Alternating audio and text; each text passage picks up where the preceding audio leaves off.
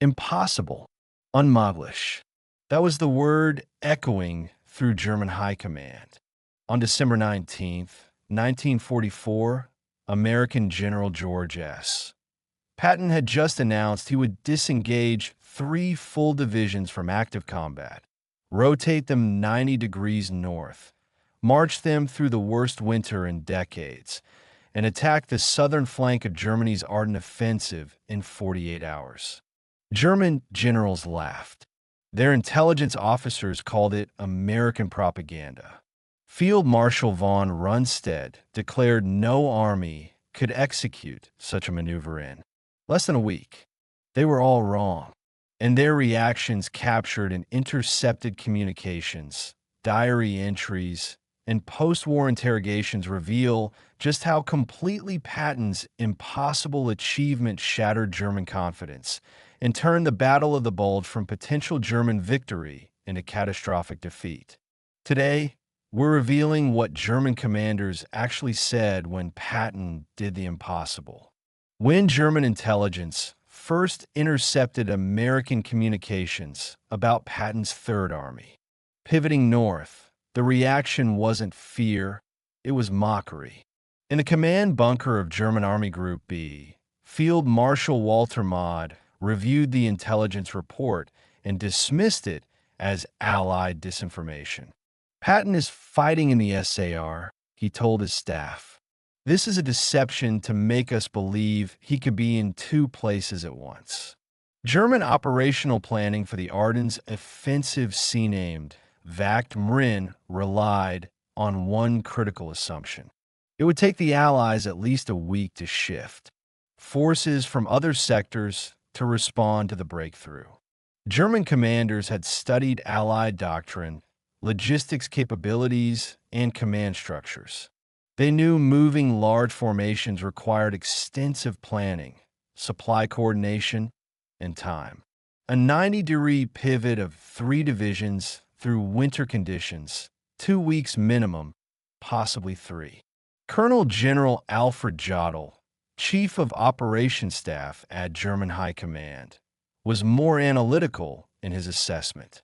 His diary entry from December 19th noted American radio.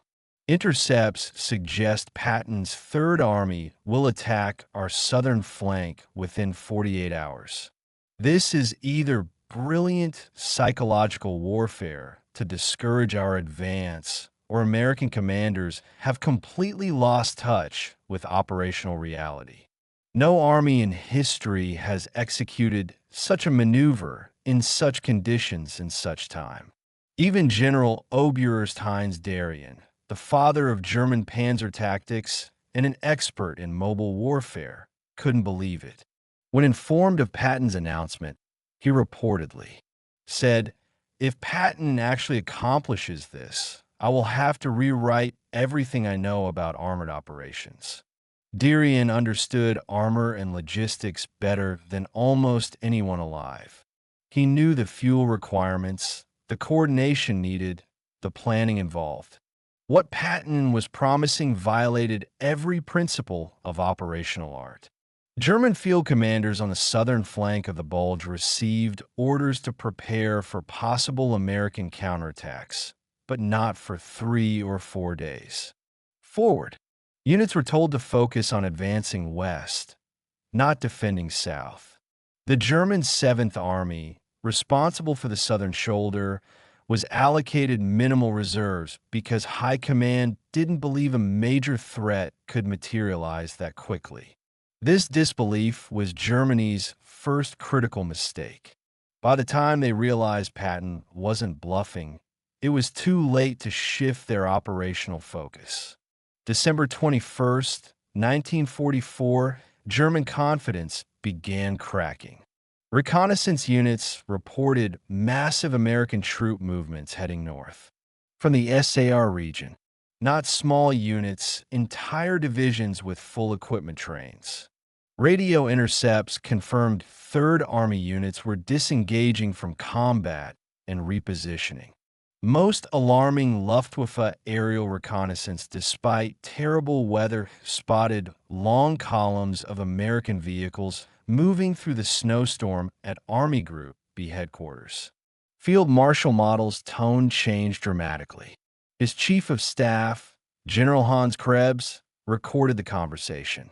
Model paced the command room, repeatedly asking how this was possible. He demanded our intelligence officers explain how Patton was accomplishing in 2 days what should take 2 weeks. German logisticians ran the calculations and concluded the Americans were doing something impossible to move 3 full divisions with their support elements. Approximately 133,000 men, 11,000 vehicles, tanks, artillery, ammunition, fuel, and supplies through winter conditions on roads shared with other Allied units required coordination that shouldn't be achievable. One German quartermaster officer wrote in his report, "Either the Americans have developed supernatural powers or our understanding of logistics is fundamentally flawed." The psychological impact on German commanders was significant. They had based the entire Ardennes strategy on Allied predictability and slowness to respond. Suddenly, that fundamental assumption was collapsing. If Patton could do this, what else were the Americans capable of? General Dar, Panzer, Trooper, Asso, von Manteuffel commanding the 5th Panzer Army, was one of the first to grasp the implications. He sent an urgent message to Model. If 3rd Army attacks our southern flank in force while we are extended westward, our spearheads will be isolated. We must either accelerate the advance to the Meuse immediately or prepare defensive positions to the south. But accelerating was impossible. German spearheads were already struggling against American resistance at St. Vith and Bastonia. Fuel shortages were critical. The Germans had planned to capture American fuel dumps, but stubborn American resistance had prevented this. German armor was literally running dry. The irony wasn't lost on German officers. Here was Patton supposedly moving 3 divisions through a blizzard while German panzer units were immobilized for lack of fuel. Colonel Hans van Luck, commanding a panzer regiment, later wrote, "We began to realize we were fighting an enemy with capabilities we had underestimated. The Americans we thought of as amateurs were outmaneuvering us with an operational flexibility we could no longer match." By December 22nd, concern had turned to alarm. Patton's forces weren't just moving. They were actually forming up for attack. This wasn't propaganda or deception. It was real, and German High Command had no prepared response. December 22nd, 1944. 6 a.m. Patton's 4th Armored Division smashed into German positions on the southern flank of the Bulge. The shock was total and immediate. German units that had been told they had several days to prepare were hit by a full-scale American armored assault barely 72 hours after Patton had announced his intention. The German 7th Army Command post erupted in chaos. General de Panzer Troppe Erich Brandenberger, commanding the southern shoulder, sent a frantic message to Army Group, "Be under heavy attack from American armor. Multiple divisions, this is not a probe. This is a major offensive." Patton has actually done it. Field Marshal Model's response recorded in command logs revealed his stunned disbelief. Confirm that this is 3rd Army. Confirm Patton himself is directing the attack. How is this possible? When confirmation came that it was indeed Patton's forces in full strength, Model reportedly threw down his marshal's baton and declared, "We are fighting a genius." German soldiers on the receiving end of Patton's attack were equally shocked. Lieutenant Hans Schmidt, whose unit faced the 4th Armored Division, recorded in his diary, "The Americans appeared out of the snowstorm like ghosts. We were told they couldn't possibly arrive for days. Yet here they were in overwhelming strength, attacking with a coordination and ferocity we hadn't seen before. They fought like men possessed. At German high command in Berlin, the atmosphere turned grim. Hitler had personally guaranteed that the Americans couldn't respond effectively to the Ardennes offensive. He had predicted at least 10 days before any coordinated counterattack. Patton had destroyed that prediction in under 3 days. When informed of the attack, Hitler's response was characteristic. He blamed his intelligence officers for incompetence and his field commanders for weakness. He refused to accept that an American general had simply outthought and out-executed German operational planning. But the professional German officers knew better.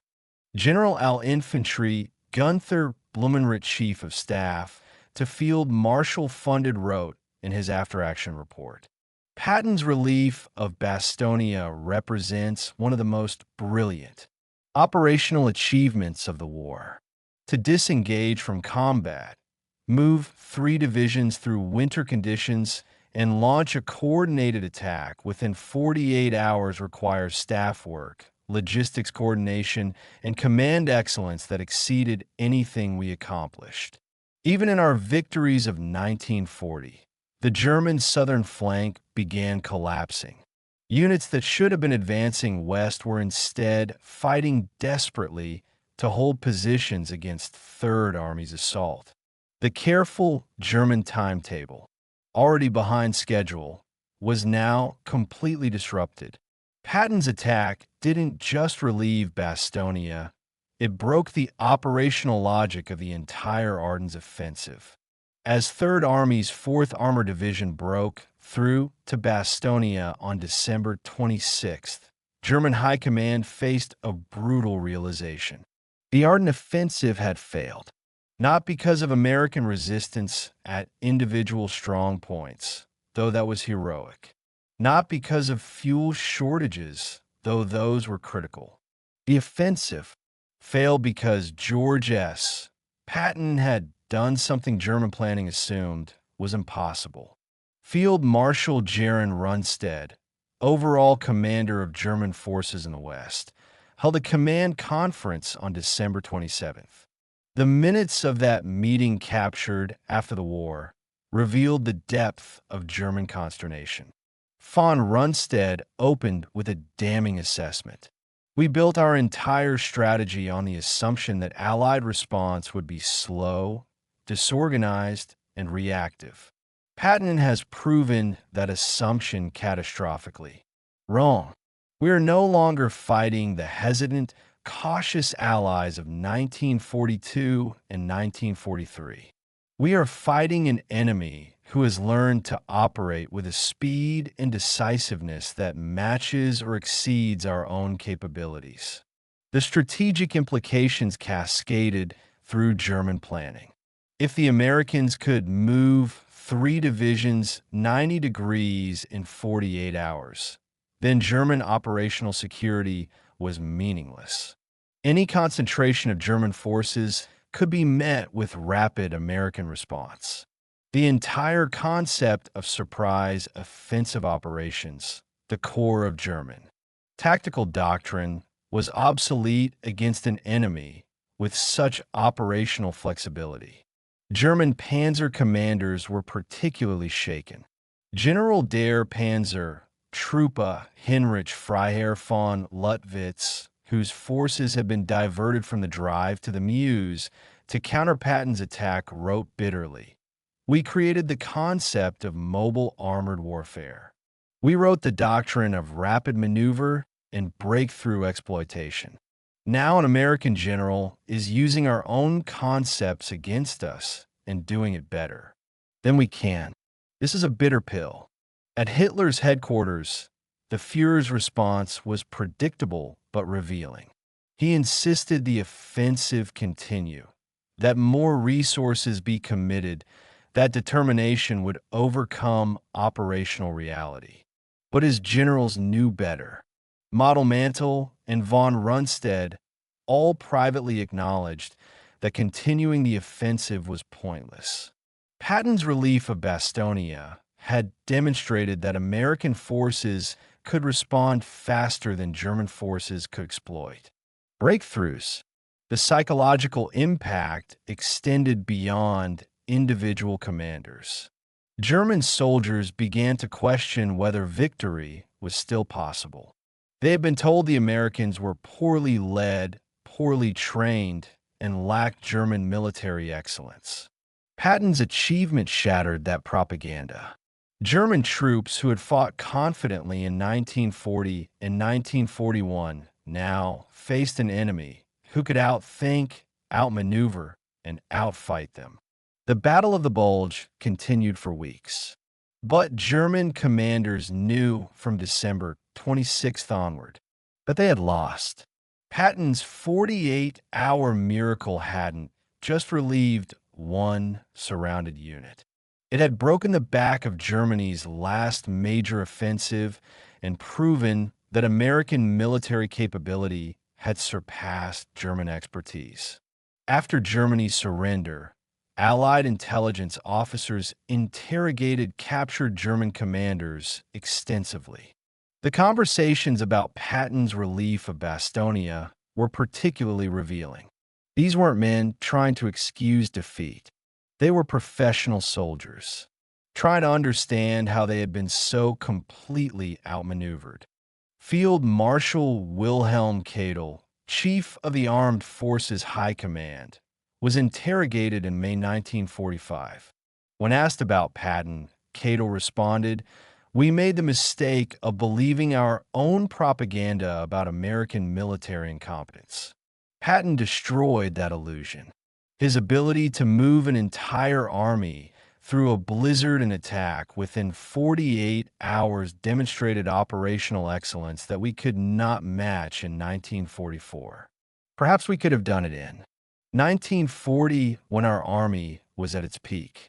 By 1944, we had lost that capability. Patton still had it, or perhaps the Americans had finally learned it. General der Panzer Truppe Hermann Balck, considered one of Germany's finest tactical commanders, was more analytical. Patton understood something fundamental, that in modern warfare the side that can respond faster controls the operational tempo. He didn't wait for perfect conditions or complete information. He acted decisively with what he had. This is what we did in our victories. By 1944, we had become cautious and slow. Patton remained aggressive and fast. That difference determined the outcome. Even Model, who had directly opposed Patton's Third Army, acknowledged the achievement.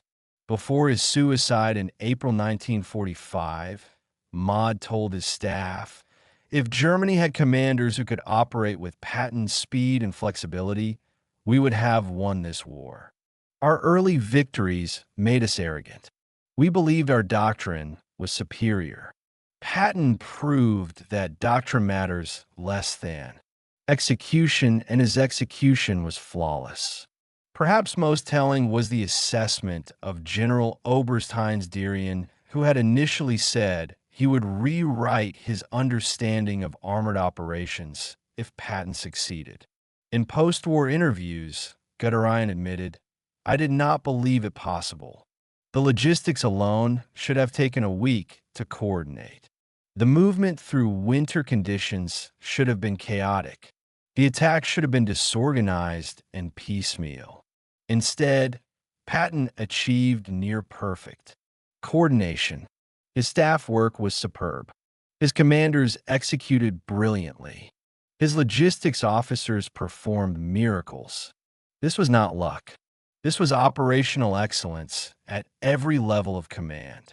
German military historians, writing in the decades after the war, were equally respectful. General der Infantry Hans Spittel, who served as Rommel's chief of staff, wrote in his memoir, "The relief of Bastonia stands as one of the finest examples of operational art in military history. Students at every war college should study not just what Patton did, but how his entire army executed so flawlessly under impossible conditions. The ultimate German judgment on Patton came from an unlikely source: ordinary German soldiers in P camps after the war. Captured Germans frequently mentioned Third Army's relief of Bastonia as the moment they knew Germany would lose. One former panzer commander said, "When Patton turned his army in a blizzard and attacked within 2 days, we knew we were beaten. Not just beaten in that battle, but beaten in the war. We no longer had the quality of leadership or the capability of execution to compete with such an enemy." German High Command had learned too late what Patton's own soldiers already knew. Old Blood and Guts was more than a theatrical general with ivory-handled revolvers. He was an operational genius who could accomplish what others considered impossible. If this deep dive into German High Command's stunned reaction to Patton's impossible achievement fascinated you, then you need to subscribe to this channel immediately. We're bringing you the untold stories from both sides of history's greatest conflicts. The reality behind the legends, the voices you've never heard, the perspectives that change everything you thought you knew about World War II. Hit that notification bell so you never miss our next video. We've got incredible content coming about other moments that shocked military commanders, battles that changed history, and the truth behind famous operations. Drop a comment telling us what aspect of the Battle of the Bulge you want us to explore next. The German perspective on Bastonia's defense, the American soldiers who held the line, the intelligence failures that led to the surprise. Your suggestions drive our content. And if you enjoyed this video, smash that like button and share it with anyone who appreciates real military history told from perspectives you won't find in textbooks. Thanks for watching, and remember, sometimes the impossible is just something nobody's tried yet. See you next time.